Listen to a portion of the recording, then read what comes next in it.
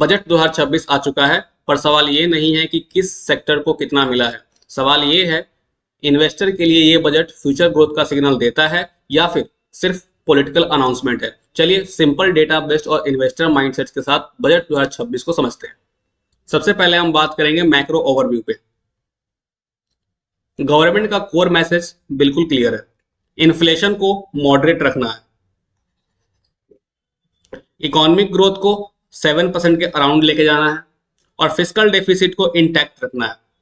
और fiscal deficit का target 2026-2027 financial year के लिए 4.3% रखा गया है ऑफ जीडीपी। ये एक इंपॉर्टेंट सिग्नल है। मार्केट को स्टेबिलिटी पसंद होती है और स्टेबिलिटी का मतलब होता है लॉन्ग टर्म कैपिटल का इनफ्लो। नेक्स्ट हम लोग बात करेंगे इंफ्रास्ट्रक्चर एंड कैपेक्स के पुश के बारे में। इस बजट का सबसे स्ट्रॉन्ग पिलर है public capital expenditure. Financial year 27 government का कैपेक्स 12 लाख करोड़ रुपए से ज्यादा होने वाला है। फोकस एरिया ध्यान से देखिए, फ्रेट कॉरिडोर्स, पोर्ट और वाटरवेज, टायर 2 और टायर 3 सिटीज, इंडस्ट्रियल और लॉजिस्टिक कॉरिडोर्स। इन्वेस्टर्स के लिए इसका मतलब सिंपल है, इंफ्रास्ट्रक्चर, सीमेंट, कैपिटल गुड्स और लॉजिस्टिक्स। ये सब साइक्लिकल नहीं है, स्ट्रक्चरल ग्रोथ स्टोरीज हैं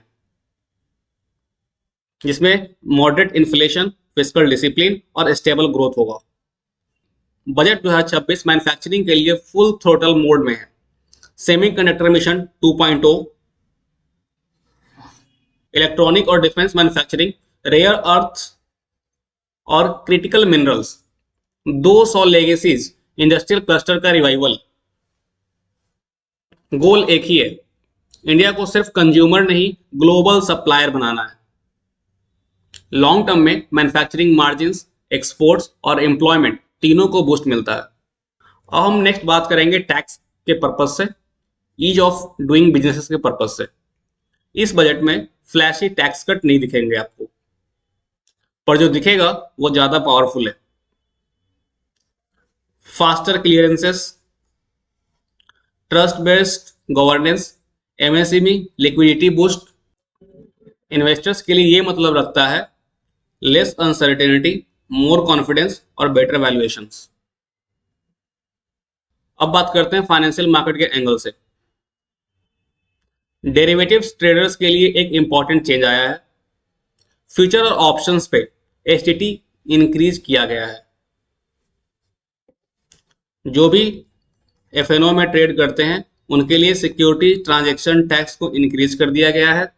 शॉर्ट टर्म में ये ट्रेडिंग वॉल्यूम को हिट कर सकता है, और जैसा कि आपने आज देखा होगा कि आज संडे के दिन मार्केट ओपन था और जैसे ही एसटीटी को बढ़ाने की बात हुई है उसका निफ्टी 600 से 700 पॉइंट तक गिर गई है नीचे। लेकिन लॉन्ग टर्म के लिए मैसेज बिल्कुल क्लियर है, लेस स्पेकुलेशन, स्पेकुलेशन बहुत कम होगा, more stability, more genuine investing, stronger financial ecosystem. अब हम लास्ट बात करते हैं इन्वेस्टर स्ट्रेटजी और फाइनल कंक्लूजन के बारे में। तो इन्वेस्टर को बजट 2026 से क्या सीखना चाहिए?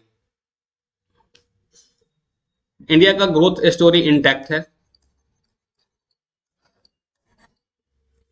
इंफ्रास्ट्रक्चर और मैन्युफैक्चरिंग स्ट्रॉन्ग थीम्स हैं। इंफ्रा, मैन्युफैक्चरिंग स्ट्रॉन्ग थीम्स हैं। फिस्कल डेफिसिट को भी इंटैक्ट रखने की बात करी गई है। शॉर्ट टर्म बजट रैली के पीछे मत भागिए। क्वालिटी बिजनेस, डाइवर्सिफिकेशन और पेशेंस, यही रियल वेल्थ क्रिएटर्स है।